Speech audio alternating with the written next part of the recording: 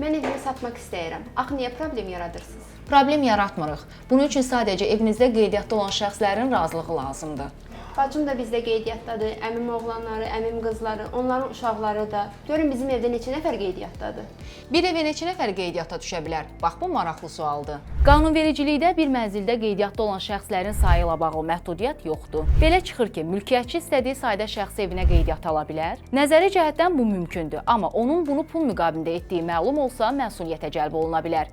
Bugün paytaxtda qeydiyyatla bağlı problemlər var. Əlbəttə ki, bunu yaradan əsas səbəb çıxarışsız evlərin çoxluğudur. Qeydiyyat məsələsi kirayə bazarında da problemlər yaradır. Çünki qeydiyyatı olmayan evdə yaşayan kirayənişin kirayə müqaviləsi bağlaya bilmir. Mənzildə qeydiyyata düşmək şəxsə həmin mənzil üzrə ciddi hüquq yaratmır. O, mənzilin satılmasında və bu mənzillə bağlı sərəncam verilməsində iştirak eləmir. Amma mənzil satılarkən onun da razılığı mütləqdir. Əgər şəxs qeydiyyatdan könüllü şəkildə çıxmırsa, məsələ məhkəmə müstəvisində həll olunur. Siz yazın görək, evinizdə neçə nəfər qeydiyyatdadır? Bu kimi maraqlı məlumatlar və videolar üçün kanalımıza abunə olub bizi izləməyi unutmayın.